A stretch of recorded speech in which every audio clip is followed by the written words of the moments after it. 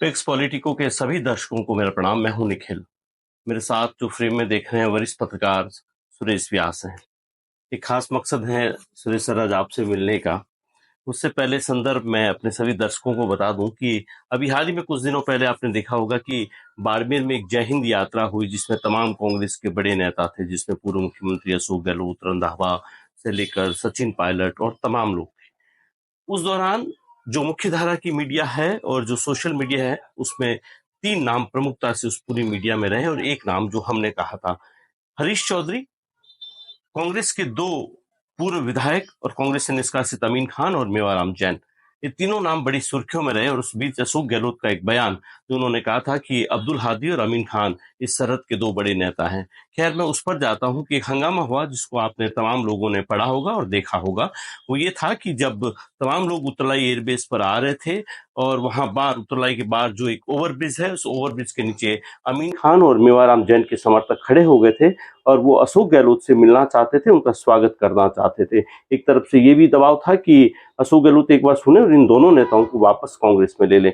लेकिन रणनीतिकार कह दीजिए या कांग्रेस में एक बड़ा नाम हरीश चौधरी बाड़मेर से कहा जाता है, उन्होंने एक रास्ता बदला और उस जिस रास्ते पर ये तमाम समर्थक लोग खड़े थे सैकड़ों की तादाद में, वहां से ना होकर एक पूरा पीछे के एक रास्ते से लेकर उनको अशोक गहलोत को सभा स्थल तक लेकर चले गए। ये बातें मीडिया में बहुत आई। लेकिन आज मैं आपको एक बड़ा दिलचस्प किस्सा बता रहा हूं, शायद आपने नहीं सुना होगा, ये अनसुना किस्सा है। ये किस्सा ये है कि रास्ता बदलना किसे कहते हैं, वो कांग्रेस के जो जादूगर हैं अशोक गहलोत पूर्व मुख्यमंत्री, उनसे सीखा जाना चाहिए। रास्ता ऐसा बदला था कि मुख्यमंत्री की कुर्सी हिल गई थी। इसी बारे में जानकारी के लिए आज मेरे साथ सुरेश व्यास जी हैं। सुरेश जी, बड़ा किस्सा था, अभी बाड़मेर की खबरों में खूब रहा कि एक जैन यात्रा हुई, कांग्रेस के तमाम नेता वहां पर थे और कुछ निष्कासित जो हमारे अमीन खान और मेवाराम जैन जो दो विधायक हैं वहां से, उनके समर्थक आए थे कि हम अशोक गहलोत का स्वागत करेंगे, पूर्व विधायक के। और वो वहां पर एयरपोर्ट के बाहर एक पुलिया है उसके नीचे खड़े हुए कि आएंगे तो हम स्वागत करेंगे, हम मिलेंगे। उस दौरान हरीश चौधरी ने रास्ता बदला और एक पुराने रास्ते से होते हुए उनको सभा स्थल पर ले गए। ये बड़ी घटना रही। लेकिन जब मेरी आपसे बातचीत हो रही है, मुलाकात हो रही है, और चूंकि जमीन पर आपकी पत्रकारिता को इस मारवाड़ ने क्या दिल्ली तक ने देखा है, आप दिल्ली में भी रहे हैं, ये किस्सा आपने मुझे सुनाया था, वो मैं आपसे सुनना चाहूंगा और हमारे दर्शक सुनना चाहेंगे कि ये रास्ता बदलना था या रास्ता बदलना किसे कहते हैं। निखिल, देखो, राजनीति का नाम है रास्ता बदलना है। क्या बात। और जब हम रास्ता बदलने की बात करते हैं तो कई लोगों ने रास्ते अपने बदले हैं और कई लोगों के रास्ते भी उनकी वजह से बदले हैं। तो मैं रास्ता बदलने की जो रस्म है वो राजनीति में, आप अगर, मैं राजनीतिक विज्ञान का विद्यार्थी रहा हूँ तो बहुत नजदीक से कई ऐसे आपको मैं हिस्टोरिक एस्पेक्ट भी मिल जाएंगे। चूंकि आप जिस किस्से की बात कर रहे हो वो भी एक इतिहास का पन्ना है और ये पन्ना इस तरीके से जुड़ता है कि इंदिरा गांधी की मृत्यु के बाद में उनका अपना खालिस्तान के जो आतंकी थे उनके सारे पे उनका मर्डर हुआ था 84 में। उसके बाद में राजीव गांधी प्रधानमंत्री बने थे और फिर में जो इलेक्शन हुआ सो थम्पिंग मेजोरिटी के साथ है, तो उन्होंने राज करने का और राजनीति करने का तरीका जो है बिल्कुल एक उनका अलग तरीका था। और चूंकि हम लोग उस वक्त पत्रकारिता में बिल्कुल नए थे, पत्रकारिता के आज भी विद्यार्थी हैं। पत्रकारिता एक ऐसा फील्ड है जो आदमी को मरते दम तक सिखाता है, तो हम भी सीख रहे थे। तो ये एक राजनीतिक घटना ये हुई कि राजस्थान में बहुत भयंकर अकाल था। ये 86-87 की बात है। राजस्थान का एक 56वां अकाल जो है वो विक्रम संवत 56 में जो गिरा था। आज हम तो उस 56वें अकाल को आज भी लोग भयावह मानते हैं। तो उसी तरीका का एक अकाल जो है वो 86-87 में भी पड़ा था। और आप ये संयोग कह दीजिए या कुछ और इसको हम कह सकते हैं कि अशोक गहलोत उसी वक्त राजस्थान प्रदेश कांग्रेस कमेटी के पहली बार अध्यक्ष बनाए गए। और चूंकि ये वो दौर था राजस्थान की राजनीति में जब परशुराम मदेना, ये नाथुराम मिर्धा, रामनिवास मिर्धा, ये वो एक दौर था। शिवचरण माथुर, हरिदेव जोशी, जगन्नाथ पाटिया, ये उस दौर में जो बड़े दिग्गज नेता हुआ करते थे उनकी राजनीति का तरीका बिल्कुल ही अलग तरीका हुआ करता था। हम तो देखते थे कि क्या आज हम जिसमें देखते हैं कि यार ये पॉलिटिकल लीडर बड़ा एरोगेंट है, तो एरोगेंसी तो उस वक्त जो थी वो आज एरोगेंसी कुछ नहीं है। लेकिन अशोक गहलोत चूंकि पहली बार प्रदेश कांग्रेस कमेटी का अध्यक्ष बन के आए और यंग थे, यंग इन द सेंस वो अंडर 40 थे, और बाकी के जो उन्होंने नाम गिना ये सब अबव 50 थे। तो एक इनमें आपस में क्लैश था, जिसको हम जनरेशन गैप का क्लैश बोलते हैं, युवा वर्सेस बुजुर्ग। युवा वर्सेस बुजुर्ग। तो एक क्लैश उस वक्त एक शुरू हुआ, कारण कि अशोक गहलोत हमेशा नए लोगों को आगे लाने की बात करते रहे, युवाओं को आगे लाने की बात करते रहे, कारण कि उनको भी एक युवा के रूप में कोई व्यक्ति अगर 27 साल की उम्र में सांसद बन जाए और केंद्र का उप मंत्री बन जाए, इंदिरा गांधी के कैबिनेट में बन जाए, बड़ी बात। तो उसके लिए एक वो बहुत वो होता है। तो और चूंकि अशोक गहलोत हमेशा एक ये इस तरीके की गांधीवादी राजनीति से आए हैं, और जोधपुर में उन्होंने अपना जो छात्र जीवन है उस दौरान ही ये गांधीवाद की उन्होंने ट्रेनिंग ले ली थी। यहाँ नेमीचंद जैन भावुक थे, उनका नियमित आना जाना था।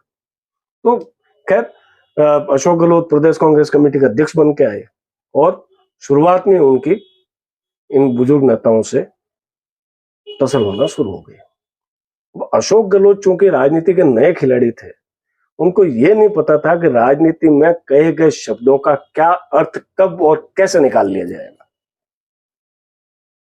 तो अशोक गहलोत ने उस चीज को समझा, बहुत बाद में समझा, लेकिन चूंकि प्रदेश अध्यक्ष थे, राजस्थान में अकाल पड़ा था, तो उस वक्त आपको एक बात बताऊं, आज की राजनीति और उस वक्त की राजनीति में एक फर्क आपको दिखेगा कि अशोक गहलोत ने बतौर प्रदेश कांग्रेस कमेटी के अध्यक्ष जितनी जिला कांग्रेस कमेटियां थी, डीसीसी जिनको बोलते हैं, प्रदेश कांग्रेस कमेटी पीसीसी और जिले की डीसीसी, जितनी जिला कांग्रेस कमेटियां थी, प्रदेश कांग्रेस कमेटियां थी, उनको जिला अकाल राहत समितियां बना दिया गया। कमेटियां नाम ही बदल दिया, ठीक है, कोई उसमें कांग्रेस नहीं। और एक ही टास्क कांग्रेस के कार्यकर्ताओं को और नेताओं को दी गई कि अकाल पीड़ितों की मदद करो। अब चूंकि संगठन का कॉल था, सरकार भी कांग्रेस की थी, तो ये फिर एक टकराव का कारण हुआ। जो काम प्रदेश अध्यक्ष थे और मुख्यमंत्री और सरकार की जिम्मेदारी बनती थी कि वो बड़ी पैमाने पे अकाल राहत कार्य खोले, लोगों को राहत दें, लेकिन सरकार ने अपना जितना काम होता है वो काम उन्होंने सरकार ने किया। मैं ये मना नहीं करता कि सरकार ने काम ही नहीं किया, इसकी वजह से किया, लेकिन चूंकि फिर मैं वापस दोहराता हूँ कि यहाँ पे युवा बनाम बुजुर्ग वाला एक वो झगड़ा था, मतलब एक स्टेप आगे बढ़कर इनिशिएटिव था उन्होंने ये इनिशिएटिव किया, और मैं कई इस तरीके के इनिशिएटिव उनके जो है वो मुझे याद आता है, जिसमें एक ये बड़ा इनिशिएटिव था, यहाँ पे लोगों ने चंदा इकट्ठा किया अकाल राहत के नाम पे, और उससे अनाज खरीदा, और वो अनाज अकाल पीड़ितों तक पहुंचाने का काम जो है वो जिला अकाल राहत समितियों यानी डीसीसी को दिया। तो उसकी ग्रेविटी को, और फिर अशोक गहलोत राजीव गांधी को भी लेकर आए थे। उन्होंने यहाँ पे फलोदी के जो कुछ गांव हैं वहां पे अकाल की हालत देखी थी, वो देखी थी। तो राजीव गांधी ने यह तय किया कि चूंकि राजस्थान में अकाल है, केंद्र सरकार इसमें क्या कर सकती है। नेशनल डिजास्टर रिलीफ फंड के नाम पे क्या दिया जा सकता है, स्टेट डिजास्टर रिलीफ फंड से तो मिलता ही था, लेकिन नेशनल से क्या दिया जा सकता है, क्या नहीं दिया जा सकता, उन्होंने देखा था। तो उन्होंने दिल्ली जाके एक फैसला किया कि इस बार कैबिनेट की मीटिंग जो है वो सरिस्का में करेंगे। सरिस्का अलवर में आता है और दिल्ली से पास है। उस कैबिनेट की मीटिंग के फैसले के साथ ही उन्होंने राजस्थान की सरकार को निर्देश दिए थे कि मितव्ययिता बरतें, सरकारी खर्चों को कम करें, और जितना पैसा बचता है वो पैसा अकाल राहत के लिए लोगों को दिया जाए। और उन्होंने उस वक्त जो आज हम ये जो बड़े पैमाने पे जो होता है कि भाई वीआईपी कल्चर को खत्म कर दिया, लाल बत्ती खत्म कर दी, वो कर दी, ये कर दी, वो राजीव गांधी ने उस वक्त ये मैसेज दिया था कि आप अपनी व्यक्तिगत गाड़ी में चलो, सरकारी गाड़ियों का आप जो है वो इस्तेमाल करो तो उसको सामूहिक रूप से करो, एक गाड़ी में 2 मिनिस्टर 3 मिनिस्टर चलो। यानी कि सरिस्का की मीटिंग में एक सीधी बात थी कि अगर आप आ रहे हैं तो सरकारी वाहनों तो वो उन्होंने ये किया था। उन्होंने राजीव गांधी ने व्यक्तिगत रूप से भी और सरकार के तौर पर भी मुख्यमंत्री को कहा था कि इस मीटिंग के दौरान सरकारी खर्च का कम से कम इस्तेमाल किया जाए और खर्चा रोका जाए।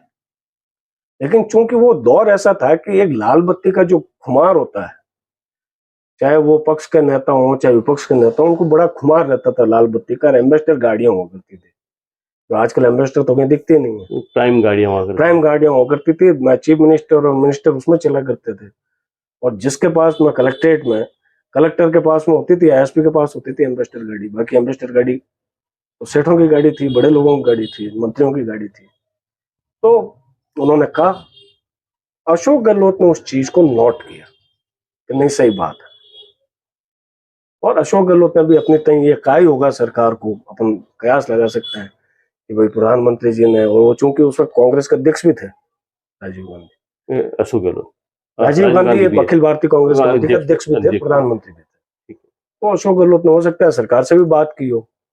उस वक्त ये तय किया गया कि भाई बहुत कम जो है वो अफसरों को वहां पे पहुंचना होगा, और जो मंत्री जाएंगे वो या तो सामूहिक रूप से जाएंगे या अपनी निजी गाड़ी में। ठीक है। लेकिन बताते हैं कि उस वक्त सारे मंत्री जो है वो बिल्कुल खापम खाप, खादी की ड्रेस और लाल बत्ती की गाड़ी। लेकिन हरदेव जोशी को ये पता था कि यहाँ पे राजीव गांधी नगर देख लिया तो आफत आ जाएगी, कारण कि उन्होंने मना किया।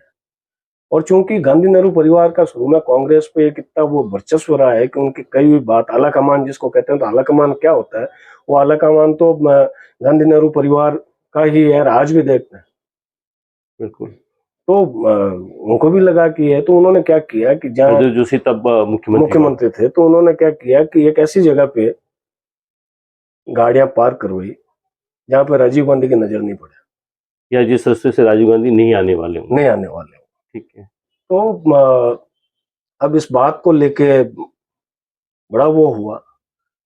अब ये हरदेव जोशी की किस्मत खराब थी या अशोक गहलोत की किस्मत कुछ खराब थी, ये कुछ कह नहीं सकते।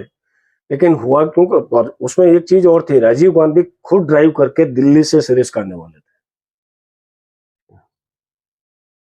तो अपनी खुद एक वो टाटा की कोई गाड़ी थी, मुझे याद नहीं है कौन सा ब्रांड था, उस टाटा की गाड़ी को ड्राइव करके, वो हरे रंग की गाड़ी थी, अच्छा। और वो अशोक गहलोत एस्कॉर्ट कर रहे थे उस दौरान।